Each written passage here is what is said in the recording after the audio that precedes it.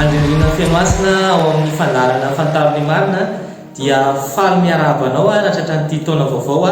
enina amby roapolo sy roa arivo ity. Andriamanitra dia nilaza fa hitsinjo anao no maso ny mandrakariva mandritry nyity taona ray manontolo ity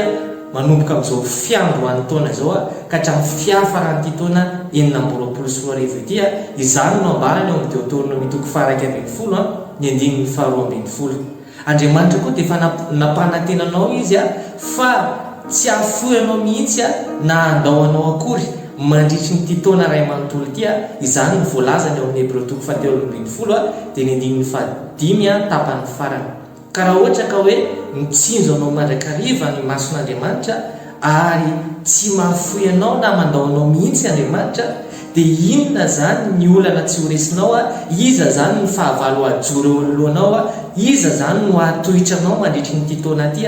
assuré ny fandresenao miaraka amin'Andriamanitra, assuré ny fombiazanao miaraka amin'i Jesosy mandritry nyity taona ray manontolo ity dia izay ary dia tahian' Jesosy tao